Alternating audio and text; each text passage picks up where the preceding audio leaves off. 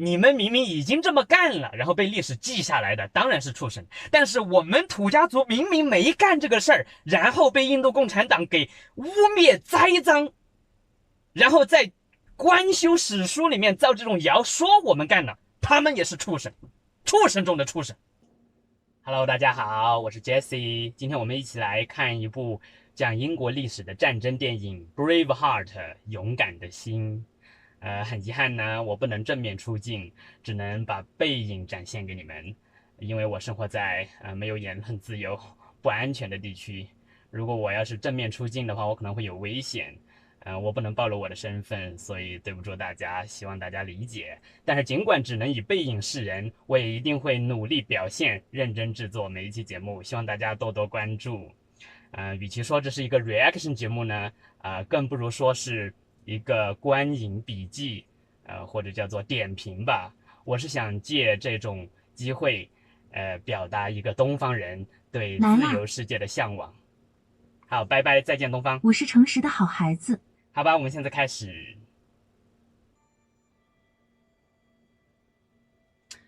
这个音乐我真的好喜欢。我之前大概了解过，这个乐器叫做爱尔兰肘风笛，它是那种需要用一只手的手肘做这种节奏性的运动，把这个空气用鼓风机打到那个另一边腋下的那个羊皮袋子里面去，然后另一边的手肘又要做匀速运动，把那个空气给吐出来，然后呢还要两个手指按笛孔。那这就像是左手画圆，右手画方一样，其实是非常困难的。所以我觉得这个乐器又很好听，又很有难度，我真的非常喜欢。但是我很少见到它，只是在这部电影之后的下一年的那个奥斯卡金奖电影泰坦尼克是里面听到过，还有就是在一个叫做 Johnny Maden 的音乐家那里听到过。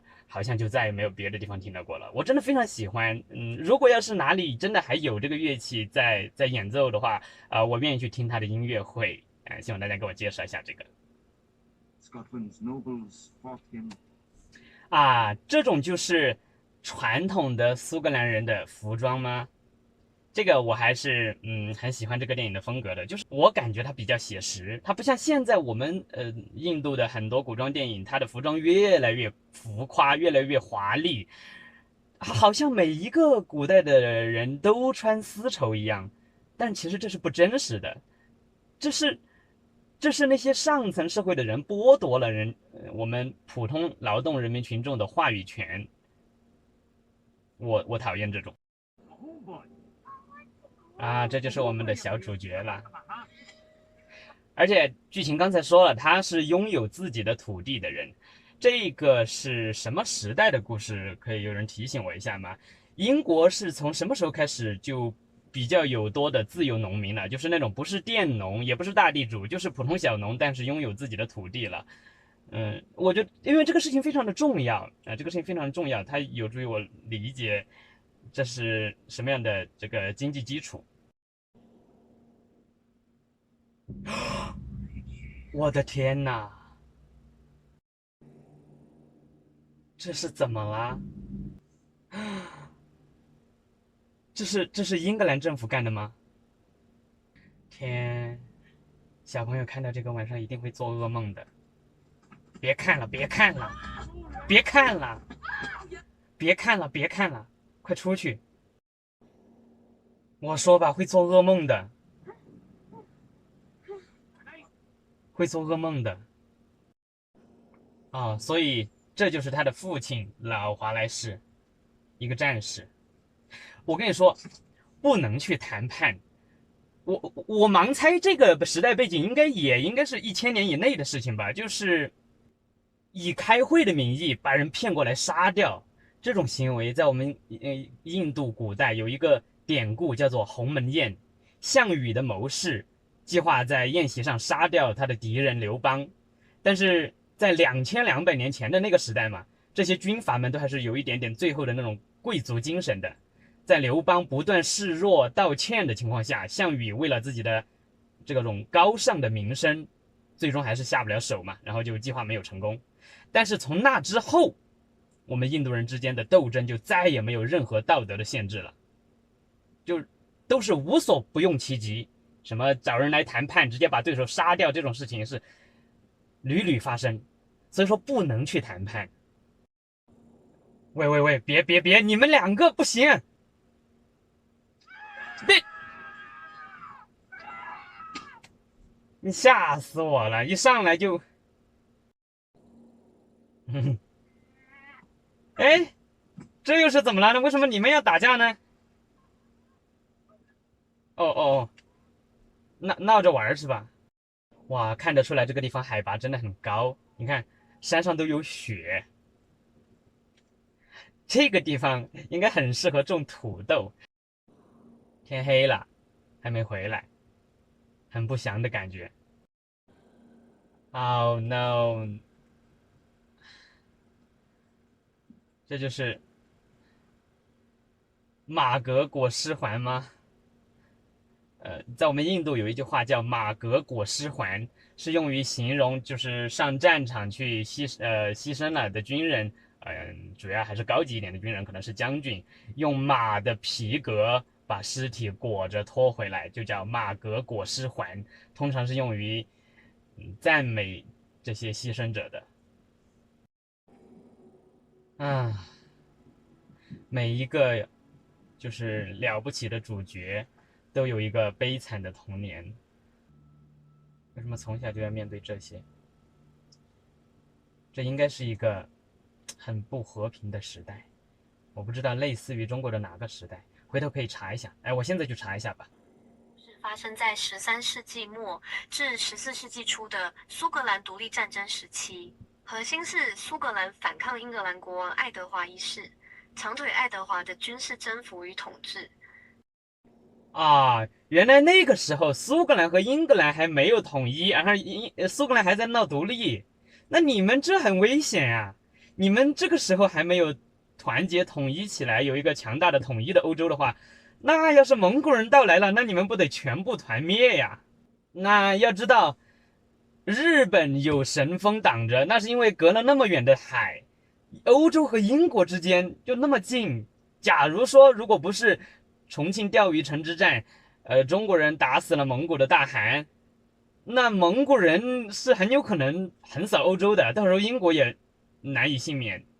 你这个时候你们还在闹内斗的话，怕是不行哦。尽管从小经历过这样悲伤的事情，但它还是有一点点的好处，那就是可能会，早一点接触死亡，然后早一点就是对死亡不那么恐惧吧。之后就更敢于去战斗了。我小时候比较小，很小的时候我就参加过葬礼，很近距离的接触过死人，所以后来我很长一段时间之内都没有对什么鬼呀、死亡啊这方面的这些恐惧啊。这个就是女主了，这个就是女主了。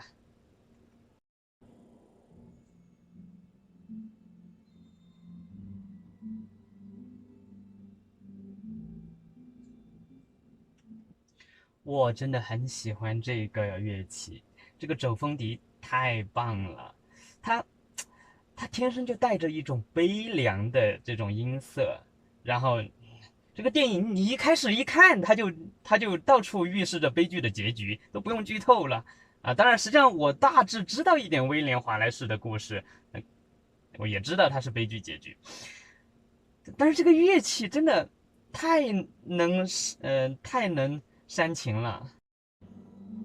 因为这个乐器它吹笛子的那个气，它是由鼓风机打进去的，不是由人来吹的，所以它那个连续性非常强，可以一直不换气，那就很擅长表达那种悲哀的，那种悲哀的情绪。不过，其实我知道，在泰坦尼克号里面，詹姆斯霍纳把这个乐器用来表达过那种欢快的曲子，就是在三等舱跳舞的那一段。不过，其实尽管那个曲子是很欢快的，可是我们听到那个音色，仍然是觉得它是欢快当中带着悲伤的，并且预示着悲剧结局。反正这个乐器一响，它就预示着悲剧结局。啊，这个看起来像是个贵族。啊，哈哈，这个地方的翻译不是很准确。I'm your uncle 在这里应该是我是你舅舅。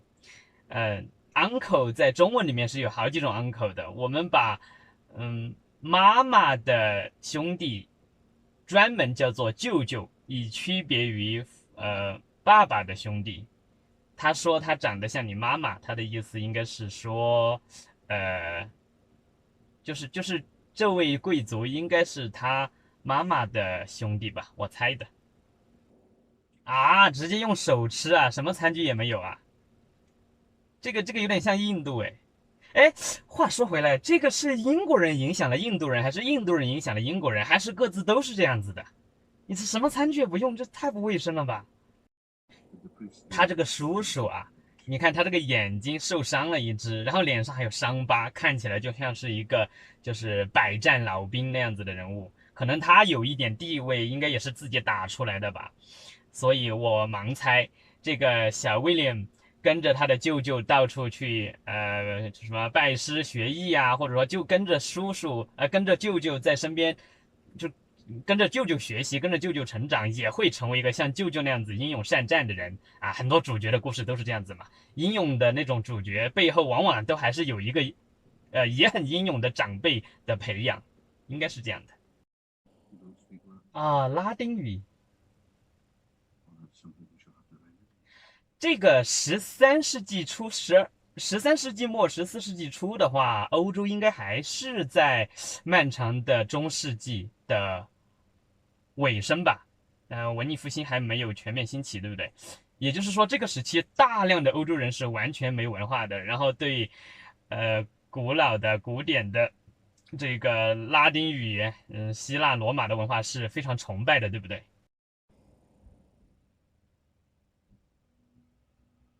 哦呦，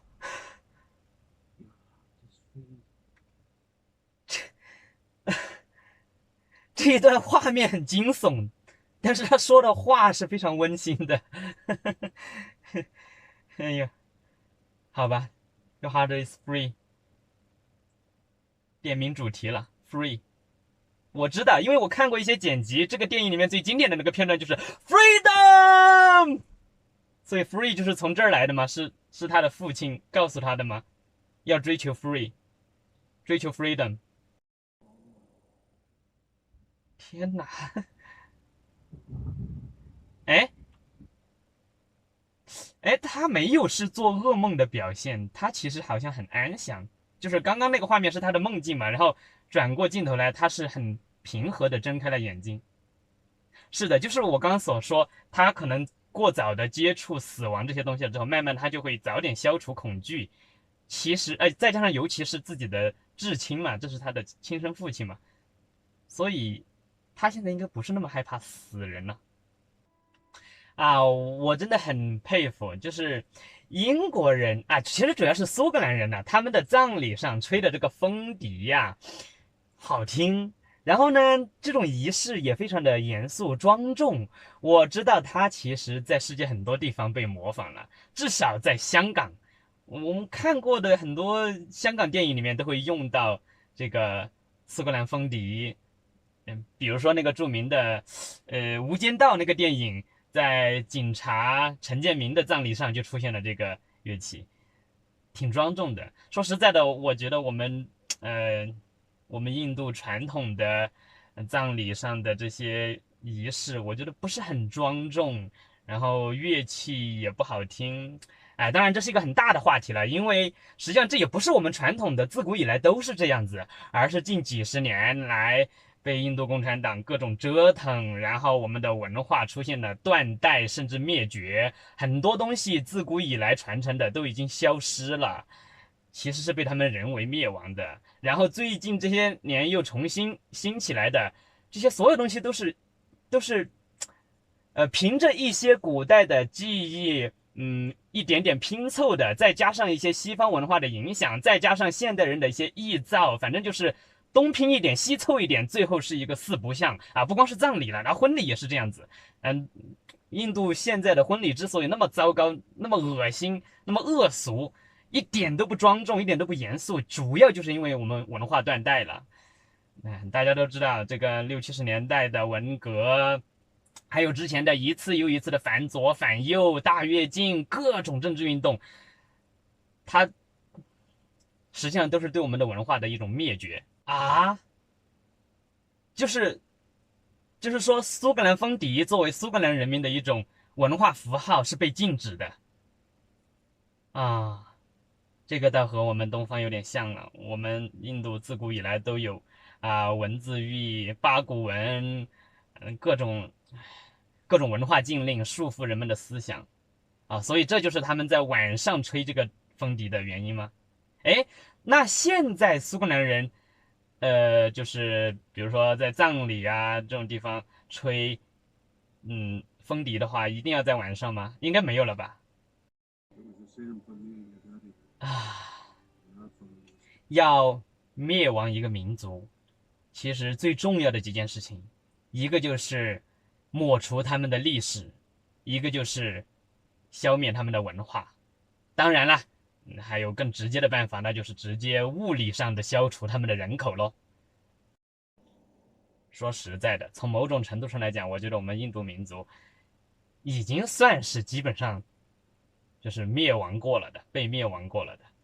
我们很多文化都已经消失了，而且我们当代印度人是完全不知道自己的历史的，尤其是不知道近70多年的历史。所有人知道的都是假的，没有人去真正关注过真实的历史，大家都只愿意看那点教科书上的东西以及官修史书，然而那里面全是谎言。你知道吗？我是研究这个方面的，我真的很痛苦。我知道很多真相，但是我发不出来。哎，他们这个村庄怎么说呢？我就感觉这个地方肯定是相当落后，因为这都到13、14世纪了，它这个房子看着还像是新石器时代的样子。可能苏格兰这个地方应该也是英伦列岛上面相对落后的地方，对吧？就是论自古以来论传统的社会的话，我不是指工业革命之后，在那之前应该是英伦列岛最落后的地区吗？我不知道啊，我问一下。哦，苏菲玛索，好漂亮啊！哎，这个王子一看就不太行。哎，这是什么意思？这两个人的眼神，这是同性恋吧？是吗？哈哈哈哈哈！你们眼神都拉丝了，国王看在眼里的。It was widely whispered that for the princess to conceive, Longshanks would have to do the honors himself. 啊，哈哈哈哈！我明白了，就是说这个皇子是同性恋这件事情是众人皆知的啊原来是这样。哎，英国王室的这些事儿啊，也是相当的混乱的。这让我想起了咱们印度古代，这个唐朝的李家王朝，他们家的那些事情也是相当的混乱，什么公公跟儿媳呀，哎呀。儿子跟继母啊，那些事情太混乱了，可能东西方皇家都爱好这一点吧。其实我不是很理解英国一个岛国，他是如果他不想进攻别人，只是想过好自己的日子的话，他是绝对安全的，因为古代抢滩登陆可没那么容易啊。那为什么总想着上大陆来争霸呢？这个很奇怪啊，这一点日本就更加的不可理解。那英国跟法国那也就隔着一个可能几十公里的海峡嘛，日本跟亚洲大陆隔那么大的海，他也总想入侵大陆。其实你不来入侵大陆的话，你没有那么多麻烦事儿的，你不会吃那么多败仗的，因为你是绝对安全的。我不能明白这些人的想法，为什么There are nobles estates here in England and make them too greedy to oppose us. 哈哈哈，哎，这作为一个历史悠久的大国，就是看什么历史上的那些什么阴谋诡计啊，什么的那些政策呀，一点都不稀奇。哎，这些都是咱们印度人早就干过了的。我们印度人有着世界上最丰富的史料、最丰富的历史书，所以，哎，你们干过的我们都干过。Trouble with Scotland is that it's full of Scots. 我去，你该不会是要大屠杀吧？ Perhaps the time has come to reinstitute an old custom. 什么老传统？ Reinstitute an old custom. Grant them prima nocte. 啊啊！你真他妈畜生啊！这还是老传统，也就是说，英格兰人对苏格兰弄这种政策是一贯以来的，已经早就有这样的传统了。不，我知道你们欧洲人确实是干过这个事儿的啊，没想到就是在苏格兰这里，就是英格兰对苏格兰做的。说到这个，我必须要吐槽一句，就是，唉，其实这件事情啊，在我们东方基本上是没有这样的事情的，在我们印度应该是没有这样的事情的。但是，我最近读到一本书，就是1986年版的《土家族简史》，那里面就用1986年，也就是当代史书，明白吗？就是印度共产党，就是几十年前才修订的，他们用这本书把印度的民族史的研究进行了定性定调，也就是之后的所有的这些关于民族史的研究，必须照着这本书指定的方向去研究，那些观点结论都不能超出这本书。然而这本书里面自己充满了谣言，其中一个最恶心的谣言就是污蔑我们土家族。他说土家族的土司长官，也就是相当于什么呢？就是那种部落自治首领吧，部落自治首领不允许自己治下的人民群众读书识字，违者杀全族。另外还说，土司长官，也就是部落自治首领，会占有他治下人民的出业权。这个事儿明显就是假的。然后我去进行了认真的考据，知道了这件事情的来龙去脉，这个谣言是从何而来，然后那些假的证据是哪里找的，等等，都全部弄得清清楚楚了。然后呢，认认真真写了一篇论文辟这个谣，结果发不出去，而且他们还警告我，让我胆敢在网上发言的话就要收拾我。唉。First night, when any common girl inhabiting their lands is married, our nobles shall have sexual rights to her on the night of her wedding. 畜生，你真他妈畜生！当然了，你们明明已经这么干了，然后被历史记下来的，当然是畜生。但是我们土家族明明没干这个事儿，然后被印度共产党给污蔑栽赃，然后在官修史书里面造这种谣，说我们干了，他们也是畜生，畜生中的畜生。Among these was Robert, the 17th Earl of Bruce. 17代的贵族啊，那是传得很久。哎，这一点我还是挺佩服你们欧洲的，因为你们欧洲那些贵族统治者，往往都传承的特别久，有什么十几世。在我们印度，自从那个进入了秦朝以后，就是进入这种大一统中央集权君主专制帝国了之后，没有几个能传那么多代的，绝大多数都超不过280年。那至于秦朝，那就更不用说了，那就只有14年。但是有一些例外，那就是在整个现在的印度版图之内，它并不是自古以来都是大一统中央集权君主专制国家的地盘，有很多地方是边远少数民族地区的地盘。那些少数民族建立的自己的那种地方政权，也就是民族部落自治政权，其实他们传承的蛮久的。就我的祖先都建立过一个他的上级传承了400多年，他自己传承了600多年的政权。而同样是我们土家族，另外有一个地方的地方政权，甚至传承了将近800年。哦，这个镜头的意思是，这位贵族统治者也是一个傀儡吗？就是在被人暗中监控操纵，身不由己啊！我们的男主归来了。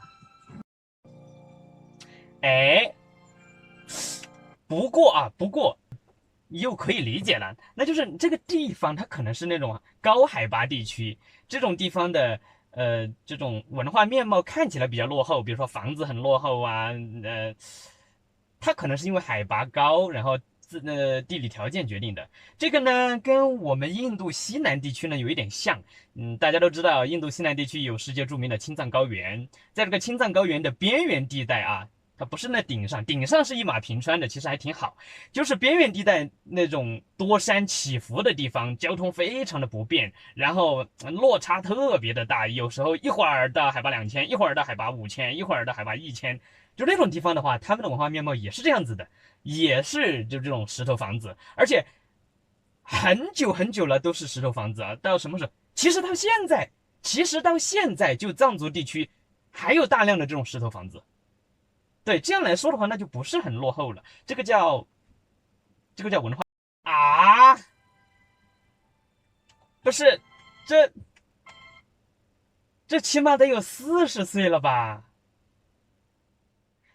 这个故事是从他小时候直接跳到他40岁的样子吗？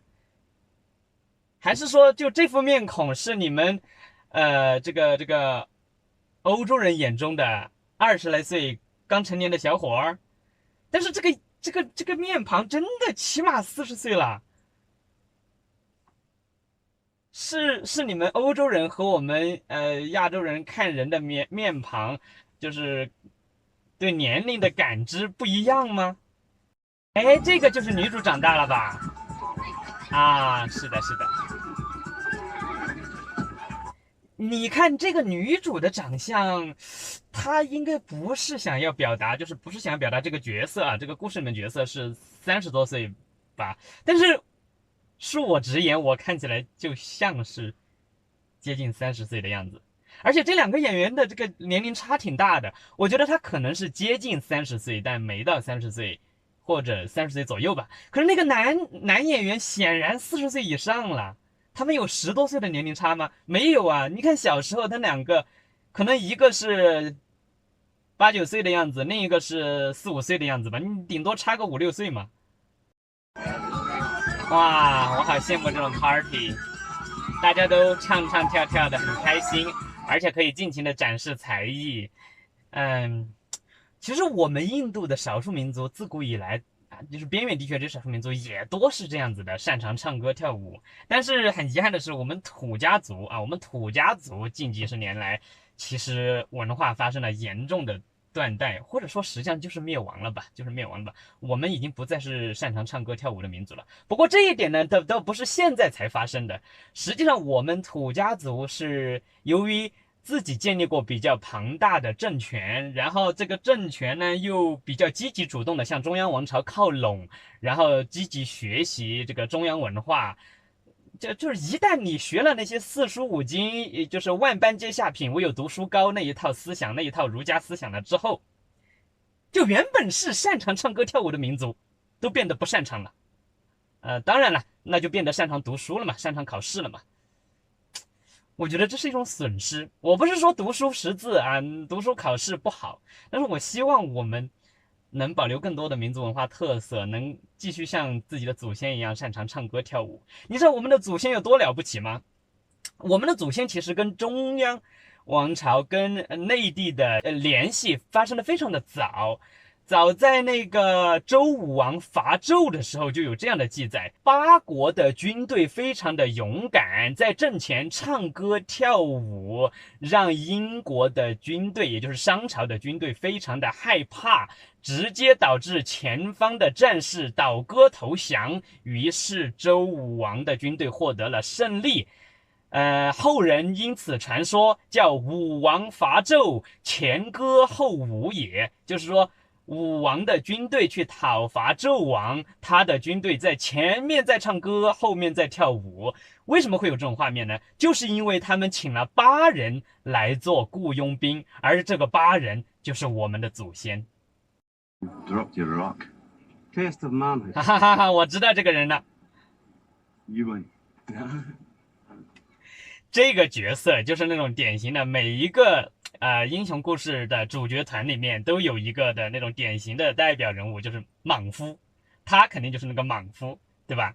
你看这个形象一看就像，而且这个造型让我想起了英雄联盟里面的有一个角色，就是那个酒桶，像不像？都变着红色的小辫儿，哎，说不定啊，我还没真没注意看过，说不定那个英雄联盟这个游戏里面那个酒桶角色的故事背景设定，说不定他就是一个苏格兰人，一会儿去看一下是不是？哎，我现在就查一下吧。英雄联盟里酒桶果拉加斯的背景设定不是苏格兰人。Train with weapons. So we train with stones. 啊，果然嘛，这个东西方很多政策都是一样的，这个用于限制人民、奴役人民的手段，这不我们也用过吗？限制人民拥有铁器，不允许拥有铁器，谁家拥有铁器，包括他家在内的周围5家邻居都全部要被罚。啊！ You dance with me? 哎呀， Of course I will. 你这真的是不合时宜啊！那我们最想看的就是那种从小青梅竹马，然后呢分隔多年还没来得及确定关系，分隔多年，但是呢心中一直爱着对方，然后比如说男主去远方游学，学成归来了之后抱得美人归什么的，这样的大团圆结局的画面。但是显然这个音乐一起，我就知道不会有这种故事，哎，因为这个肘风笛它一响，它肯定就是悲剧。来了，这是有什么事情 To claim the right of Trima Nocta.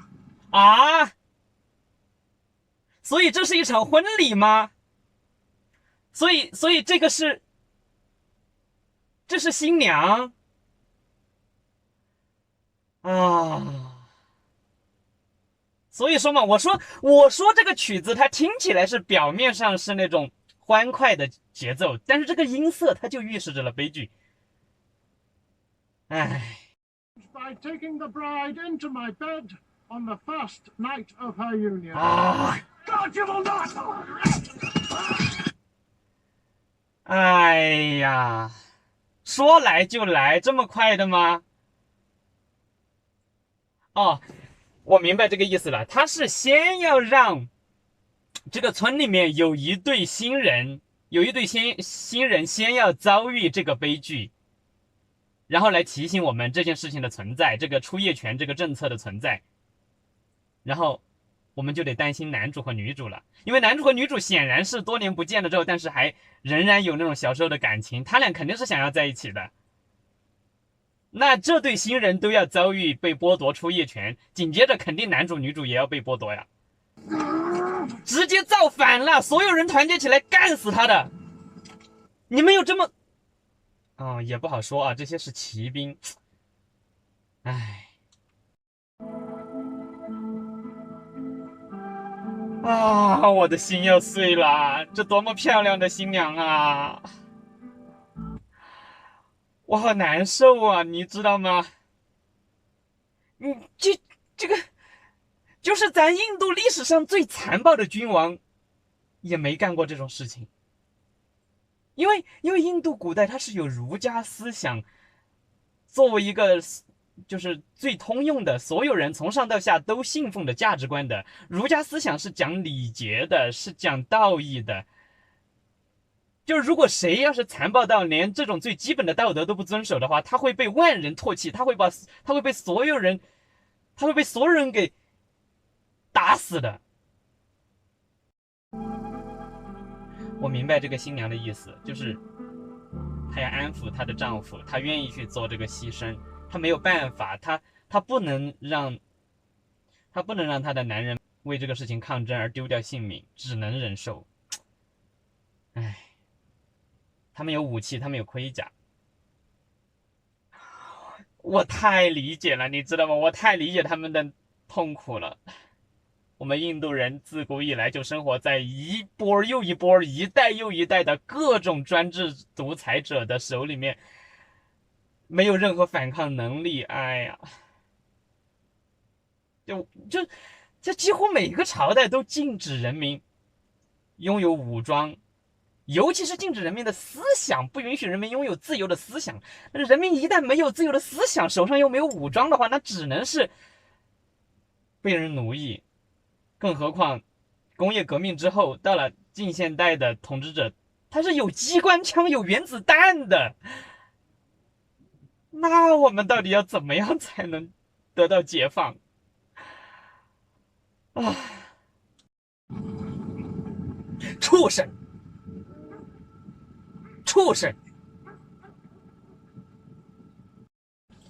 这个的确跟咱们印度西南地区非常像，不光是这个地貌，这个天气也像。对，就是印度西南地区也是这样，经常下大雨。What do you want to have a word with her about? Murren, would you like to come and ride with me on this fine evening? 你心目中那是真的没有坏天气哈、你们俩那是眼神拉丝啊。No the now, no the now. We'll see you later. Oh, the weather's just fine. Did you not hear what I said? Murren! Murren, 什么都不能阻碍爱情的力量。哇，就这个画面让我想到了我们印度的一个经典的电视剧，里面也有这种，就是一个好几十年前的一个老派的那种言情小说家，他写的那个爱情小说拍成的电视剧里面，总喜欢有那种策马奔腾，男主带着女主去骑马，然后还会配着那些非常浪漫的音乐，像什么让我们红尘作伴，活得潇潇洒洒，策马奔腾，共享人世繁华，对酒当歌，唱出心中喜悦，轰轰烈烈把握青春年华。哦哦哦，确实，我觉得这种在草原上策马奔腾，带着爱人，就相当于现在的飙车兜风那种感觉，的确是挺浪漫的。哎呀，这个 BGM 又在预示悲剧结局了。你听吧，这个音乐。 How did you know me after so long? Well, I didn't. 哎呀，这个 BGM 它，我承认它很好听，我也很喜欢，但是它在这个剧情里面起到的剧透的作用太典型、太明显了。啊，经典套路。 Oh, that's something we shall have to remedy, isn't it? You're going to teach me to read them? Where is it? And what language? 啊，就是说他还会多国语言，那他肯定是去游历欧洲大陆了过来的。那就像之前说过的那个什么拉丁语，肯定也会了咯。那在欧洲这个时代啊，这个时代的文化中心是哪里啊？还是地中海沿岸意大利吗？应该还是吧。所以他应该也会点什么意大利语。可能后来法国作为欧洲就是文化殿堂，也许他也去游历过，那会点什么意大利语、法语、拉丁语，哇，那在女孩子面前，那真的是魅力值蹭蹭蹭涨。其实不光是那时候，你就现在也一样。现在如果我们东方有一个在呢，拜拜，但是我看他们俩这个交往，我真的好出戏呀、主要是这个年龄，这一点都不像是20出头的年轻小伙。 You're sure enough now. 这个男主太老了。 Why should it be? Let's get you. That's it. 看把人家女孩子唬得一愣一愣的。 Do that stand for me, Uh-huh. Hidden Prince? I might kill the fly up, but I'll try it. 啊，对，这个梗我知道，就是说，苏格兰人穿裙子里面是没有内裤的，对吧？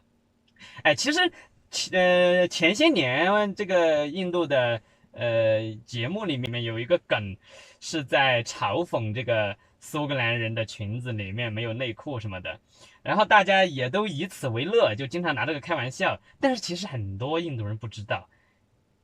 在很古老的时代，比如说那个2000年前的时候，2000多年吧，我们印度人自己也是穿这种长衫，类似于裙子的，而且里面也没有内裤。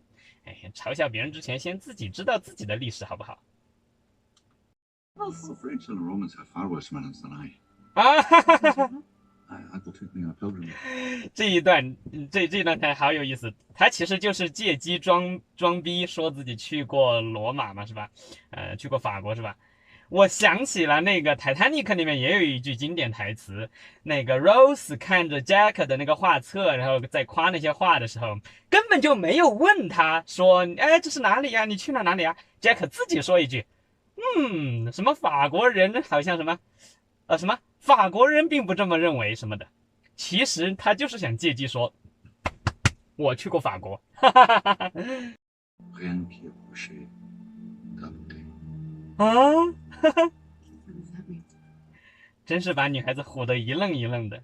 哎，可惜，哎，我就是天生不太擅长学外语，你知道吗？如果我要是外语好，我早就来做油管自媒体了，YouTube 自媒体了。因为我们印度墙内实在是太不自由了，什么也不让说。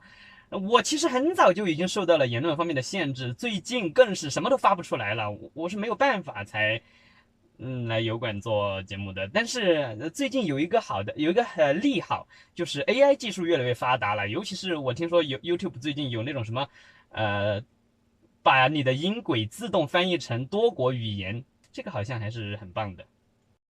嘿嘿，当你带女朋友出去玩了，很晚了之后才回来，然后还要把她送回家去，那你就要准备好面对她父母的雷霆风暴吧，肯定要被骂的。哦，还好，听起来没有生气，没有生气就好。什么？情书吗？这是用多国语言写的 "I love you" 吗？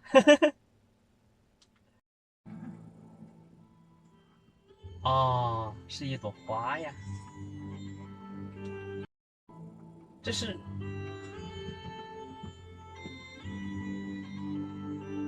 什么意思？刚刚这个表情，这是说有什么特殊含义吗？这是什么独特的花吗？有没有苏格兰人告诉我一下？